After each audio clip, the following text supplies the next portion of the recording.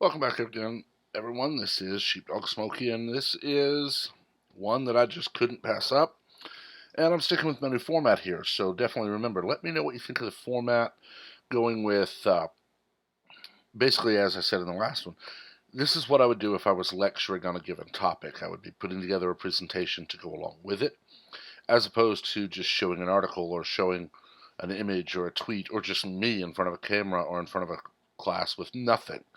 Uh, Having been taught to be a teacher, visual aids are very important when teaching, because if you can grab two types of learners, basically two of the schools of thought of learning, the visual and the audio, then you'll draw more people in.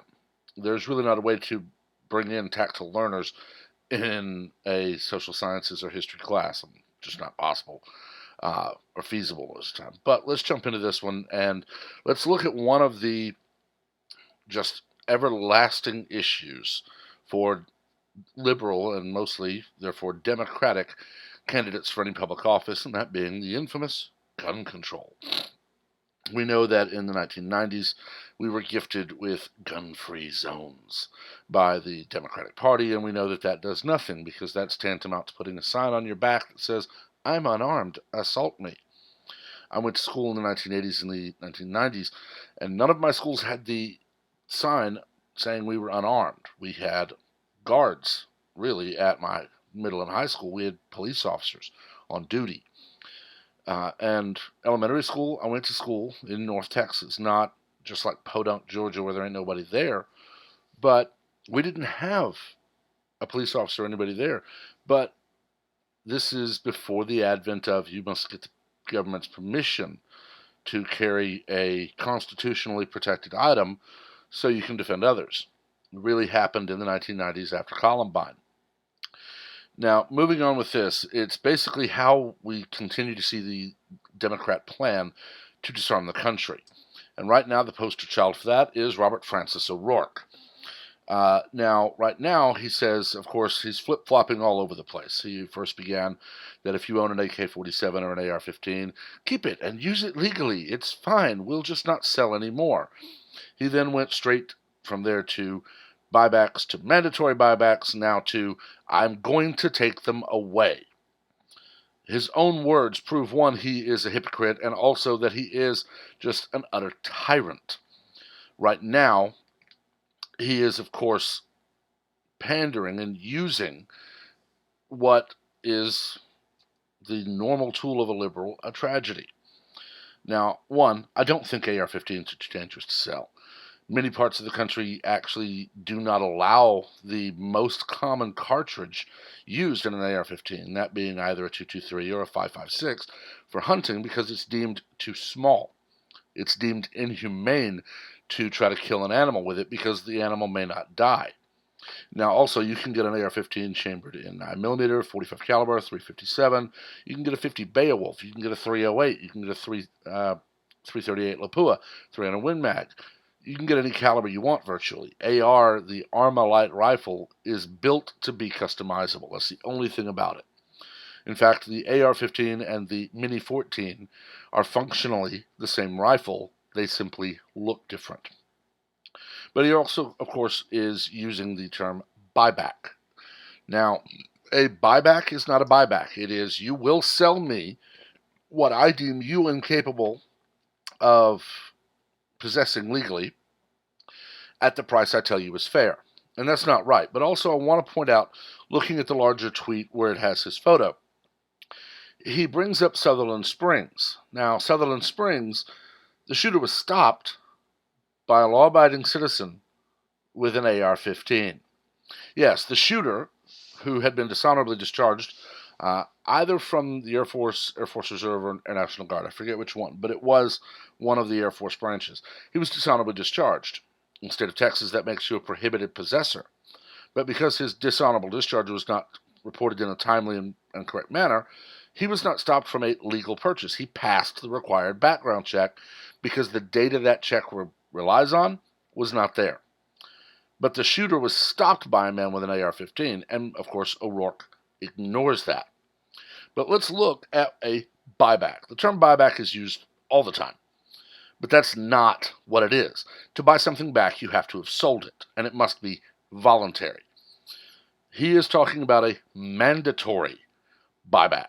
And this is, quite literally, I will name the price, I will name what you are no longer allowed to possess under my regime, and you will comply or you will be jailed.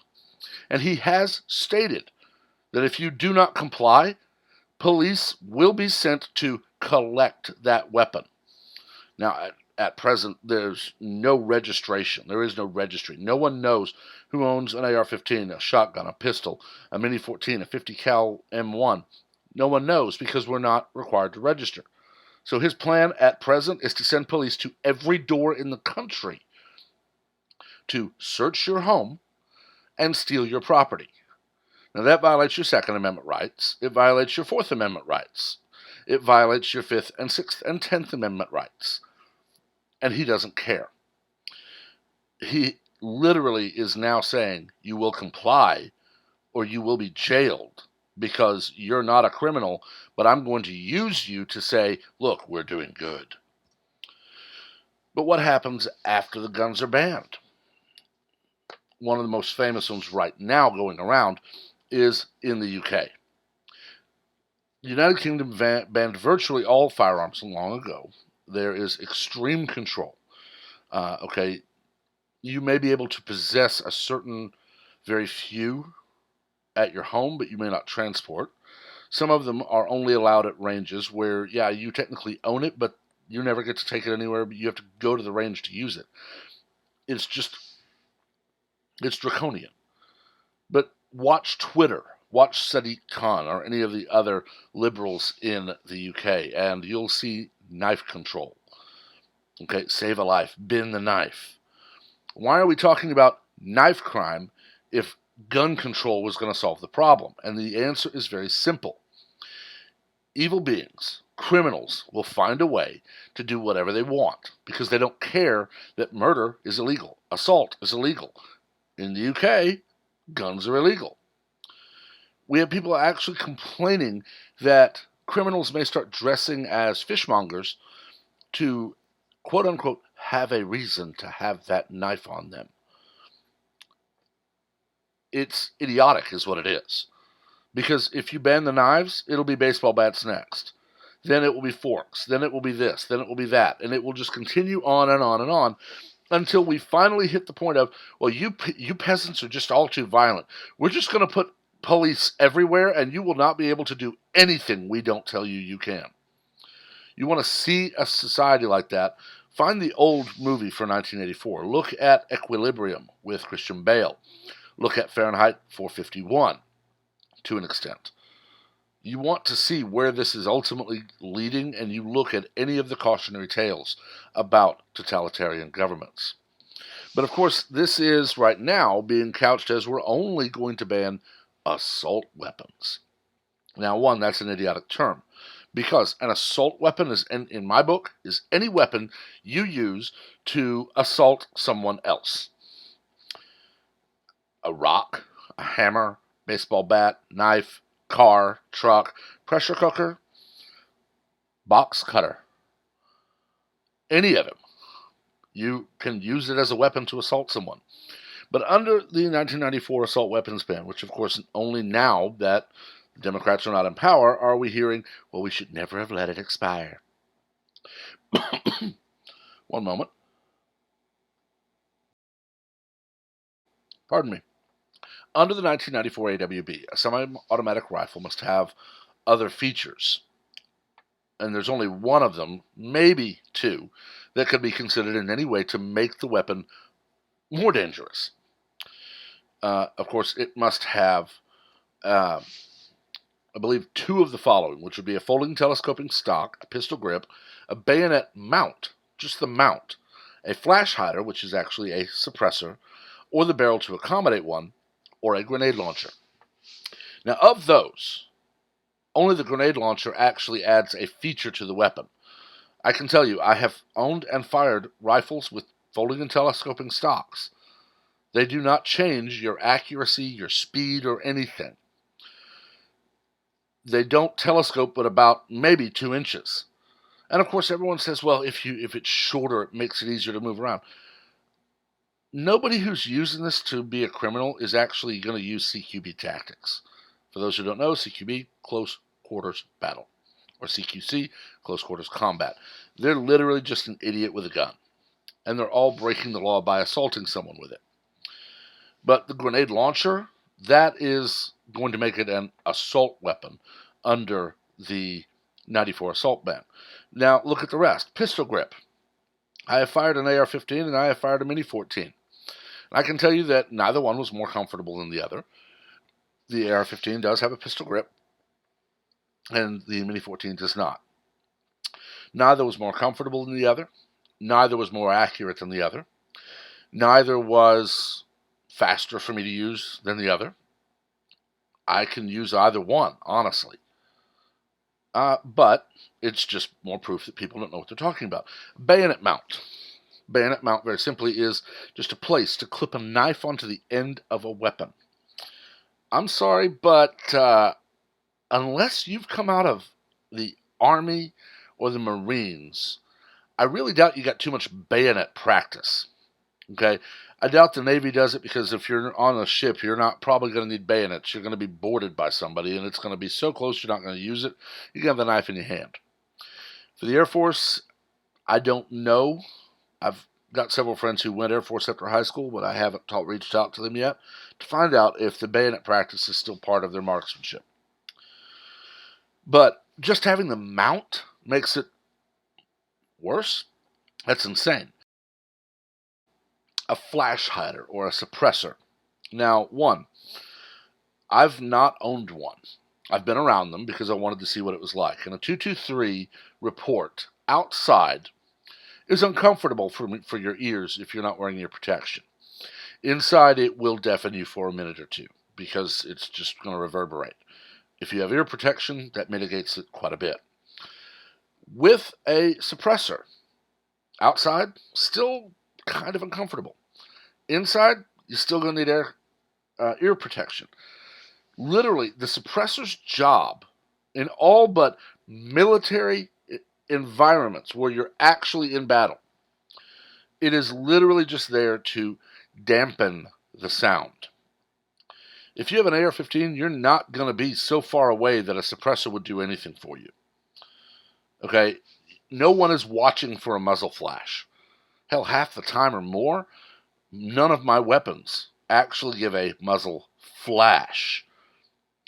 That is very rare, and typically happens when you're firing a bit more rapidly than if you're firing in a typical semi-automatic fashion. What I call typical semi-automatic fashion would be you fire, check your target, see where you're at, you readjust your sight picture, and you fire again.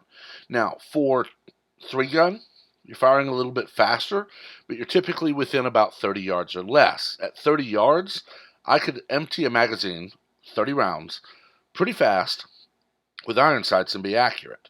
I'm going to be all over that target. I'm not going to be in a nickel-sized pattern like I try for in marksmanship competition, but I'm still going to be good.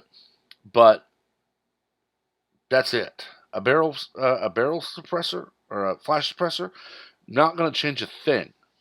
It doesn't even affect recoil. It just dampens the sound and prevents any possible muzzle flash.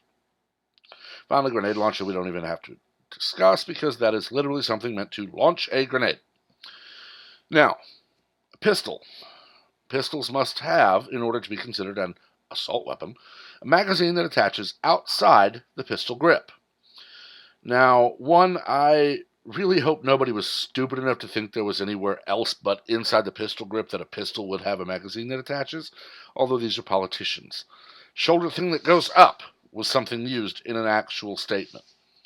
But I would assume they mean any magazine longer than the actual pistol grip, where you're talking about, such as for a Glock, I believe a Glock 19, maybe the 23, you can get a magazine that extends a good 3 inches below the normal butt of the pistol, and that's just literally to have more rounds. But moving on from there, a threaded barrel to accommodate a suppressor. Not even having a suppressor, just being able to use one. A barrel shroud. It's a made-up term. I'll come back to what that is in a minute. An unloaded weight of 50 ounces or more. What in God's green earth does having a pistol that weighs 50 ounces or more when not loaded do to change the pistol's actions? You have a weapon that weighs that much, you're either stupid and got it too heavy, or you're dealing with a 45, or maybe a 357 Magnum, a 44 Long Colt, 44 Magnum, more powerful rounds, and you want the weight because it helps manage recoil. As an example, I have, for years, only carried a 45 ACP weapon. I got very used to it right after I turned 21 because I bought a 1911, and I fell in love with it. For those who don't know, the 1911, and granted, I did not actually buy a Colt 1911. I probably wouldn't, even if I could afford it, because they're so proud of their name, they cost $800, $900, maybe $1,000. I bought a 1911 model from a different maker. This is a very simple pistol. On the actual 1911 models, it has a grip safe, which is just a rocker switch on the grip, meaning you must have a good grip of that pistol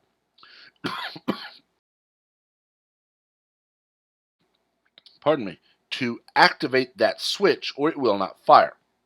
It also has a thumb safe so that you can thumb the safety on and it won't fire. Or a semi-automatic version of a fully automatic firearm. I know of 0 pistols, and I do not class the Uzi or the MAC-10 in this, that are fully automatic. Okay? Fully automatic in a pistol is stupid. The only time I've ever seen one that did not just wildly rock all over in the shooter's hand was in The Matrix, when it was all CG anyway. But a semi-automatic version of a fully automatic firearm. So what they're saying is, if you take something that will let you just spray bullets everywhere and take that ability away, you've made it more dangerous. So if I take a weapon that would waste ammunition and spray everywhere, meaning I could hit anything that I don't want to hit, and I make it so that I have to aim and be very careful to hit only what I want to hit, that's worse. And why I don't class the Uzi or the MAC-10 is because they're just not that.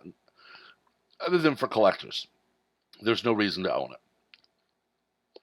The Thompson machine gun, honestly, for me it's historic. I'd love to have one, but that's it. But let's go back and let's talk about that one I didn't really talk about in much, the barrel shroud. All a barrel shroud is, because they actually did define it in the AWB, is it allows you to not burn yourself from an overheated barrel. Doesn't change your rate of fire, doesn't change your accuracy, and in fact it might adversely affect your accuracy by changing your sight picture. It does not allow you to put a different magazine in the weapon. It does not make you more deadly. It actually is a safety feature so that you don't accidentally burn yourself. Idiotic, I know. Finally, for a shotgun to be an assault rifle or assault weapon, it must have a folding telescoping stock, a pistol grip, or a detachable magazine. 2 of those features. All of these where you had to have 2 of the features. Now, again, folding telescoping stock does nothing to change the function of that weapon. I've used them. I actually don't like them. I would like my stock to be a single length and stay that way. If you have a telescoping stock, the switch can wear out and you put it to your shoulder and all of a sudden you've pulled in too far. I don't like that. I get used to a weapon and I want it to stay that way. A pistol grip. Again, I've used pistol grip shotguns. I've used non-pistol grip shotguns. I have no preference. Neither one I was faster with, neither one I was more accurate with, neither one I was anything with. It literally just means that I'm holding my hand under the weapon instead of around the stock. Detachable magazine. Does nothing. Watch videos of people shotgun loading in 3-gun competition. Watch John Wick 3. Watch Keanu Reeves in his training at Terran Tactical. Basically, my Candyland. I want to go spend a couple of months with Terran. He could teach me a lot. But you'll see people grab 4 shotgun shells and cram them into that tube-fed mag in under a second. I've watched Keanu reload 8 rounds into a shotgun in under a second and a half, maybe 2 seconds, because he was taught by 3 gunners how to quad load. And it is impressive, but it takes no time. There are people who have developed things that will let them cram 4 rounds into a tube-fed shotgun without even changing their grip on the shotgun. They don't even have to look at the sight. They just can do it from underneath.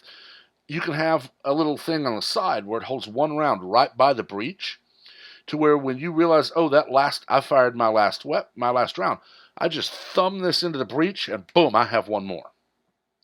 None of those do anything to change the function of the weapon. In my mind, if you need more rounds to do the job, say you're out hunting, if you need 10 rounds to take down a deer, you need more time at the range. Out to probably 500 yards, I'm a one-shotter. I have worked for years on my accuracy. With the right weapon, I can one-shot and then have to walk my 5 football fields to get that deer. But that's what most of my friends who are hunters do. They don't want the animal running because it, 1, makes them have to chase, and the animal suffers. Hunters are not out there just for the kill. They're hunting for meat. For crying out loud, Ted Nugent goes on hunts and donates the meat to homeless shelters to feed the homeless. If and when I go deer hunting, the hide will be donated probably to the person who butchers the deer for me so that I'm not paying as much. The hooves will go to a glue factory. Whatever meat cannot be butchered up into something I would eat will probably go to Purina to go into their dog food. And a good portion of the meat will probably be donated, some to the butcher and some to some homeless shelters. If I hunt, I'm going to use every piece of that animal for something. I don't hunt because I don't have the time. But I don't want to have to sit and scare game off time and time and time again. I practice my accuracy so I don't have to.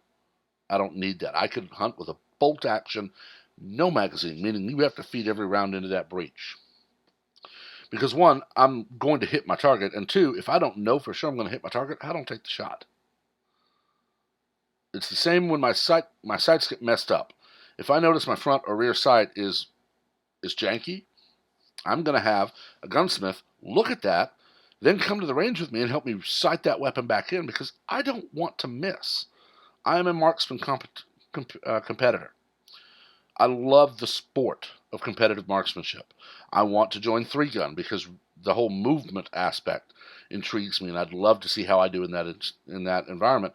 And accuracy is just the ultimate need. But let's look at what any of this means. When you're looking at the features that make up an assault weapon, none of them change the actual function of the gun. Okay, having a 10-round or a 30-round magazine. There's a great video out right now where someone is, I believe it's a police officer, he brings people who are not professional marksmen, they're not cops, they're not soldiers, to a range. Gives the one of them a 30-round magazine and a time, how long to hit your target every time 30 rounds takes. Then you get 3 10-round magazines. Time difference was inconsequential. They even show someone using 5 6-shot revolvers, the throwaway gun style, where literally they'll fire 6, drop the gun, pick up another one. And they're fastest that way.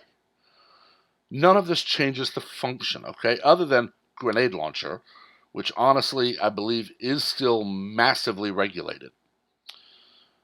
They simply are cosmetic, okay. The this flash suppressor is, 1, yes, it does suppress a actual fire flash out of the rifle, but like I've said, I've rarely seen that out of any weapon I've ever fired. And it mitigates the sound, but it does not remove it. It simply reduces it. Pistol grips don't make you any better with a gun. For some of them, I mean, until probably the last 10, 12 years, I'd never used a pistol grip shotgun or rifle. I had to get used to the stance because I was standing slightly different. I had to get used to that stance because it did make me a little bit curious. Is this going to affect me? And I was conscious of it for the first several times, but in the end, it doesn't change a thing. A barrel shroud, please, it's a made-up term.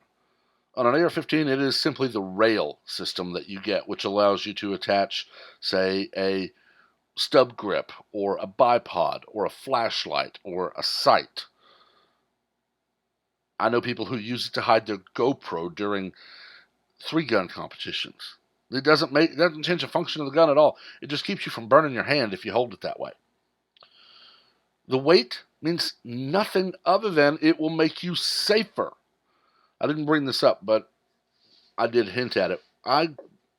From the time I turned 21 and bought my first legal pistol, okay, up to that point, I would go to the range with my dad, or I would go out to someone's land with my dad.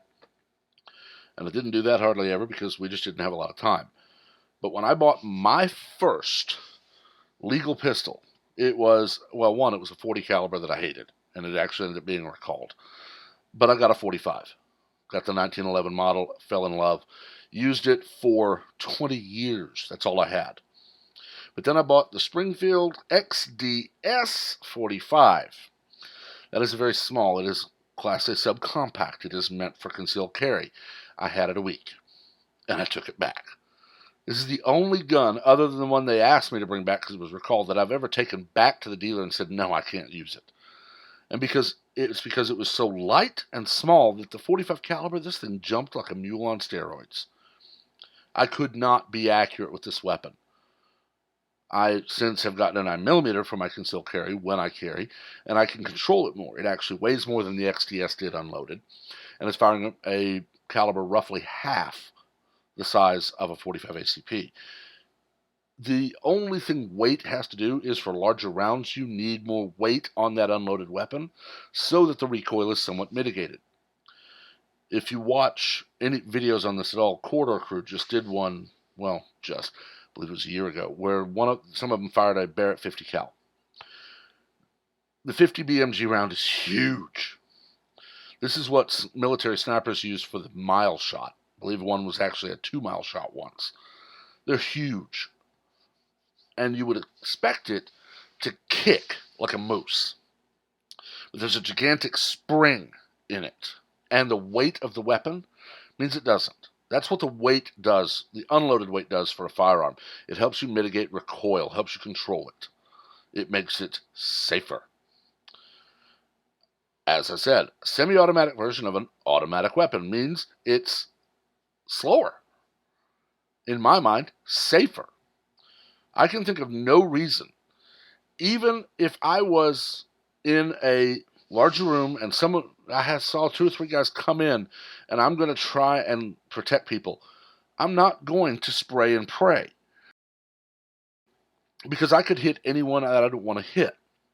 The only time I believe automatic fire has any purpose is a military environment where you have multiple people and that automatic fire causes them to keep their heads down. It doesn't let them advance on you. It is a psychological thing. You're wasting ammunition at that point. I prefer accuracy. Detachable magazine, same thing. No actual functional purpose because it's been proven. A 30 round, a 10 round, or 6 revolvers. The time difference is negligible. It doesn't make them deadlier. It doesn't make them anything. In fact, the 30 round magazine is the standard capacity for the AR models and the Mini 14 and the M4 and the M16. In fact, I believe you could take an M16 magazine, hand it to somebody with an M4, Mini 14, so fire 10 out of the M16, same mag, 10 more out of the Mini 14, same mag, last 10 out of the AR. It's a standardized magazine.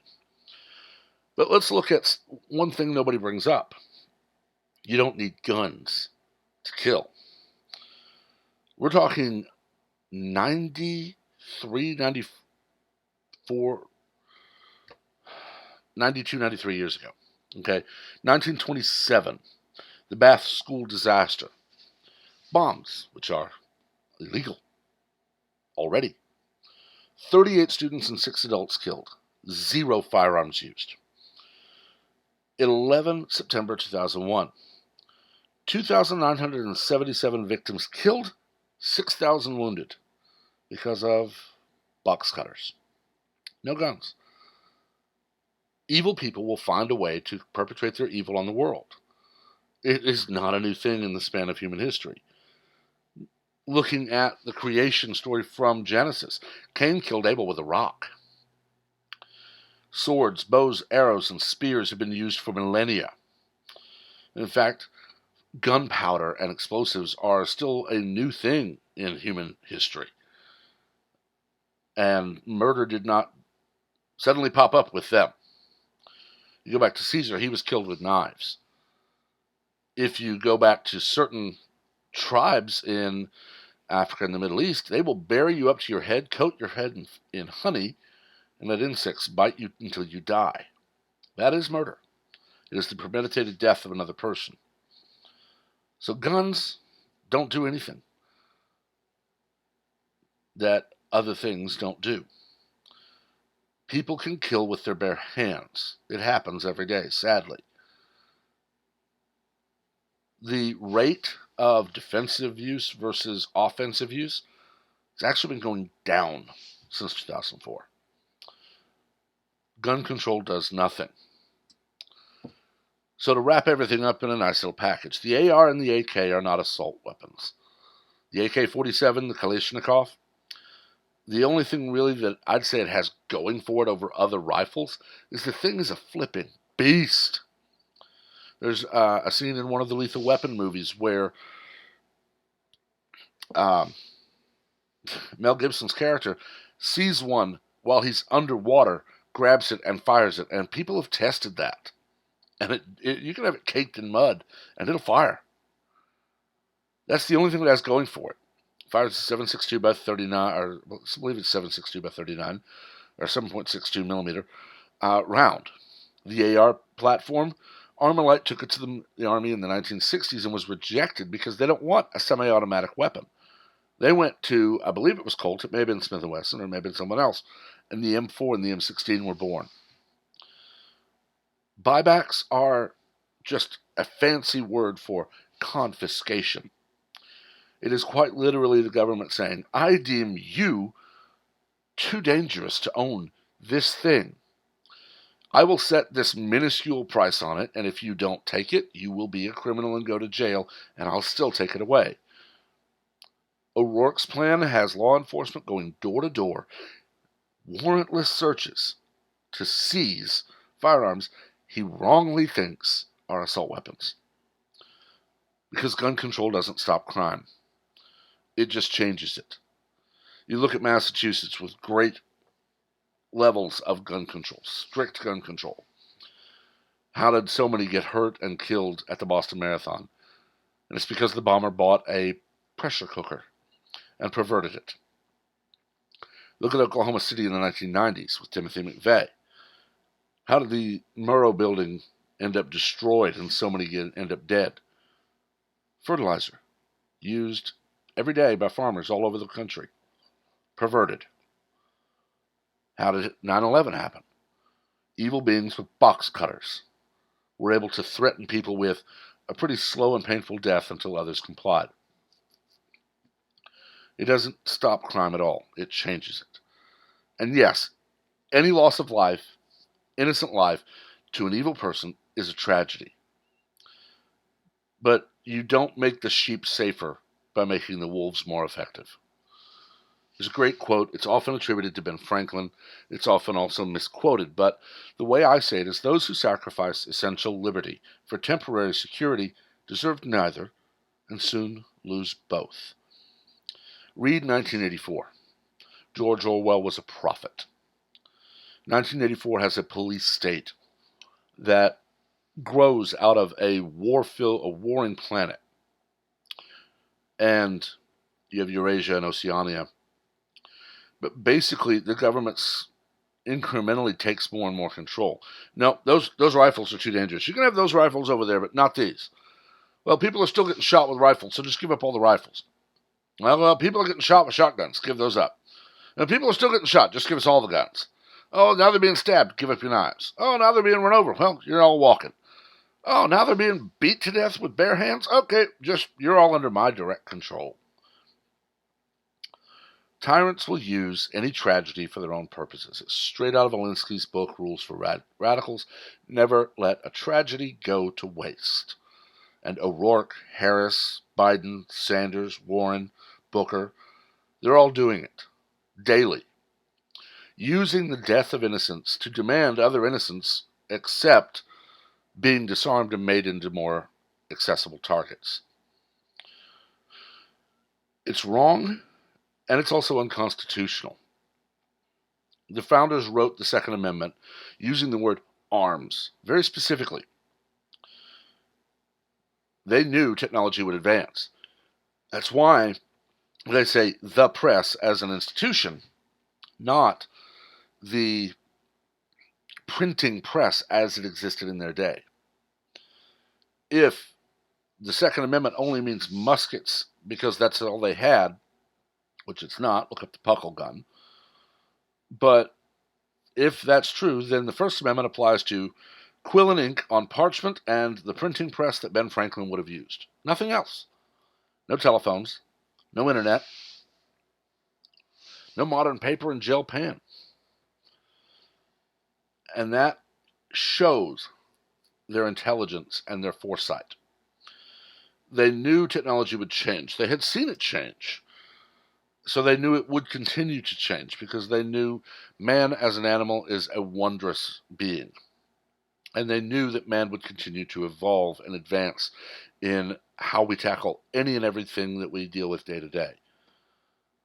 You look back at some of the other quotes, the citizenry should be as well armed as the military because the military will be perverted in some way by a tyrant ruler. Yes, I firmly believe that the majority of those serving in the military will walk off their post the day a tyrant gets in the White House and says the Constitution is invalid, you serve me. The vast majority will walk off their post and stand with the citizens of this country. That's what happened in 1776. Yes, the British Army was sworn to the king, but the British colonists walked away and stood with each other. And we defeated the tyrant. War should never be preferred. War is hell, as Patton would say. But unfortunately, when you're dealing with tyrants, they often don't understand being told, no, we don't want a ruler, we want a public servant. And having studied end times prophecy, having studied Revelation and other sources, sadly, I know the world is going to get much darker before it gets any lighter. We are, and this is simply a matter of just chronology, we're closer to the end of days than we have ever been. And of course, we'll be even closer than we are now when tomorrow dawns. But it's very simple. Freedom is never one generation from being gone. And I really don't want my generation to be the one that delivers the death knell. The AR-15 is not an assault weapon. Banning it will not stop criminals. It's actually the most rare used in mass shootings. Pistols and shotguns are preferred. And the people calling for the AR ban have to know this. And they don't care because the media, under their guidance, has whipped the country into a frenzy, afraid of cosmetic features. It looks scary. And that is not a way to run any government. It is not a way to be as a society. So we need to all wake up, or wake up as many of your friends and acquaintances as you can, to the simple fact that criminals are breaking existing laws. Universal background checks are just a smokescreen for registration. We have a federal requirement for a background check. Anyone saying different is lying. We need to fix the mental health system that would have stopped several crimes in the last several years. As opposed to just, well, we don't want to stigmatize minorities, so we can't arrest them. We need to fix the background check. Obama removed thousands from the NICS database. Were they still in the NICS database? I've believe there are a handful of instances where something would have been stopped had the background check been flipped. So we don't need another background check. We don't need a registration. We don't need a buyback. We don't need to ban a rifle that has nothing to do with the situation. We need to imprison the evil who wish to harm others. We need to fix the mental health system where those who are ill to the point they would harm others are not part of society until they're no longer mentally ill. We need to fix reporting to the system used for existing background checks. Those are three things right there that can be done. And notice, none of them are being actually supported by any Democrat. Some of them are even calling for the abolition of prisons. It's insane, very simply. But I've talked long enough on this. I've taken enough of your day. Thank you for sticking with me on this. I do hope that you learned something. I hope that you have some comments, because I love hearing comments. I love reading them because it sparks debate. Keep them civil, though. As always, please make sure to like and to subscribe and then to share this video. The likes, of course, are for the YouTube algorithm. The subscribe helps me because it makes sure that I'm able to keep putting out new content. Share it so we can expand that conversation. Until next time, you guys have a wonderful day and a wonderful rest of your week.